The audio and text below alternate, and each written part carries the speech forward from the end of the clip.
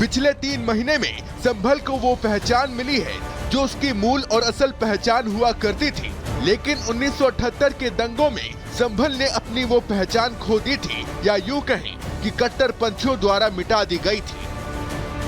25-30 परिवार थे, यहाँ सब यहाँ खेलते कूदते थे सब जने।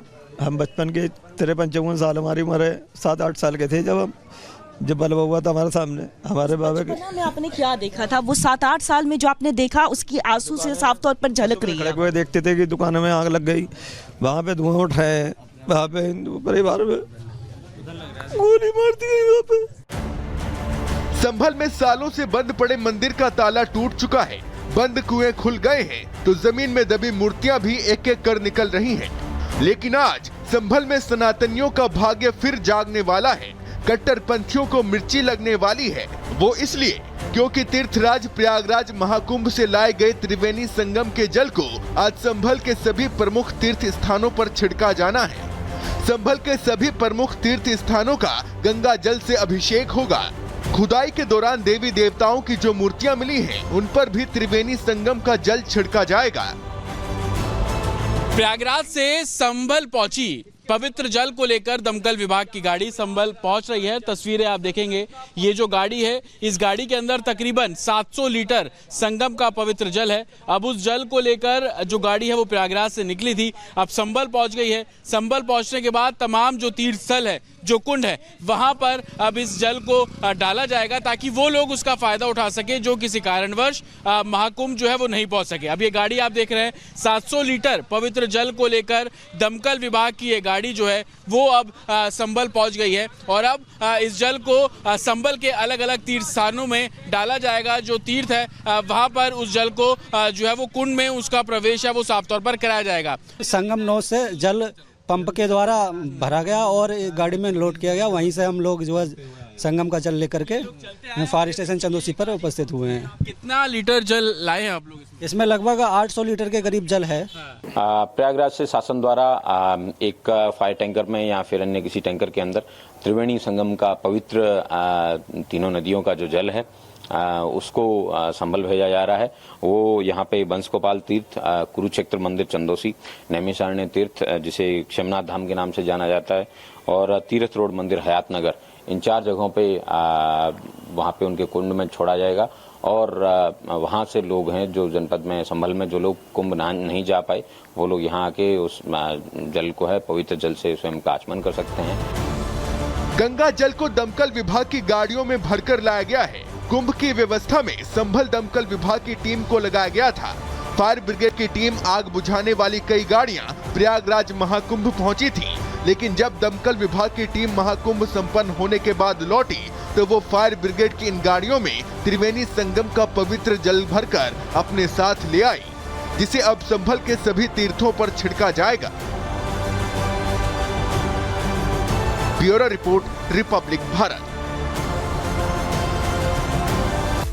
और संभल से सीधे जतिन इस वक्त हमारे साथ जुड़ रहे हैं। जतिन, पवित्र जल पहुंच चुका है संभल, तमाम जगहों पर छिड़काव किया जाना है। वहीं दूसरी ओर मांग अलग थी, जामा मस्जिद को लेकर कोर्ट ने उस पर भी फिलहाल सर्वे के बाद रोक लगा दी है। अभी क्या जानकारी आपको मिल पा रही है, क्या देख पा रहे हैं, क्या छिड़काव शुरू हो चुका है पवित्र जल का?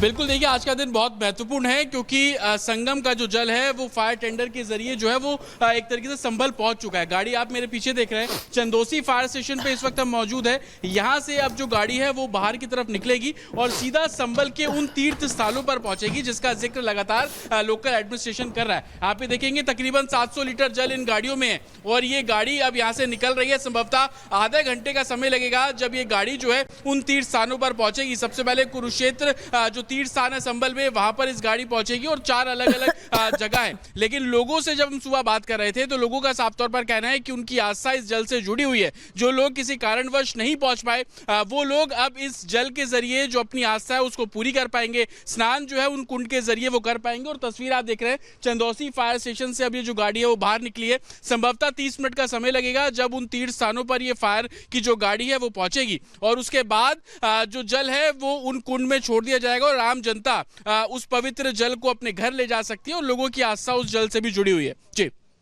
संभल से जो तस्वीर दिखा रहे हैं जतिन, कुछ देर के बाद जो गाड़ी है वो आधे घंटे में लगभग अलग अलग जो जगह है संभल में वहां पहुंच जाएगी, शुद्धिकरण किया जाएगा। हालांकि संभल में जामा मस्जिद पे जिस तरीके से जो विवाद छिड़ा हुआ है कानूनी और दो संप्रदायों के बीच में, इसके अलावा अगर बात की जाए तो संभल में तमाम जगहों पे खुदाई भी की गई। खुदाई करने के साथ साथ वहां पे जिस सच को दबाने का, छिपाने का प्रयास किया गया सालों से, वो अब निकल के सामने आ रहा है।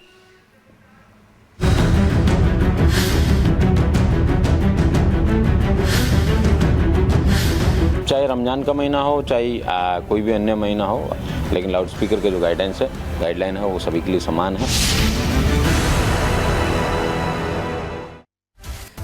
तो रमजान का महीना आज से शुरू हो गया है, तो संभल में मस्जिदों से लाउड स्पीकर हटाए जाने का भी विरोध किया जा रहा है। कुछ लोग कह रहे हैं कि लाउड स्पीकर क्यों हटाया जाए, रमजान है ना। तो संभल के एसपी जिस तरीके से है के बिश्नोई हैं, वो क्या कुछ कह रहे हैं इसकी मांग को लेकर, वो सुना देते हैं आपको।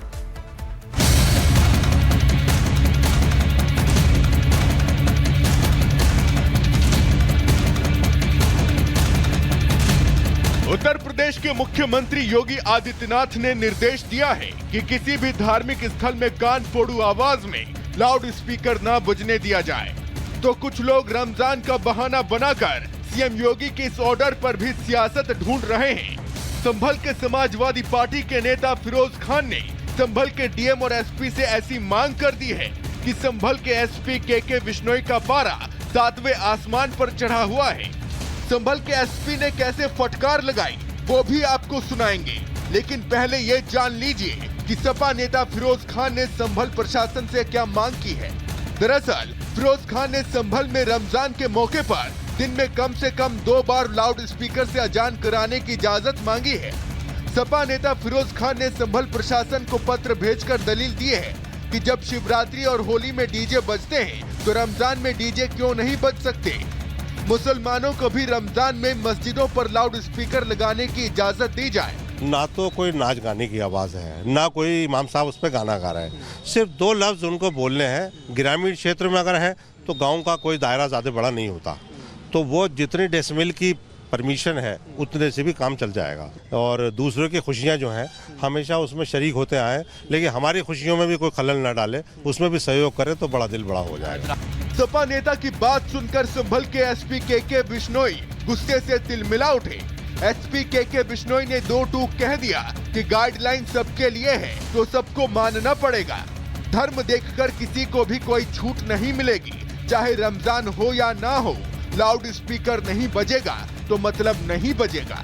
चाहे रमजान का महीना हो, चाहे कोई भी अन्य महीना हो, शासन की गाइडलाइन है वो सभी 12 महीनों के लिए होती है, किसी पर्टिकुलर महीने के लिए नहीं होती है।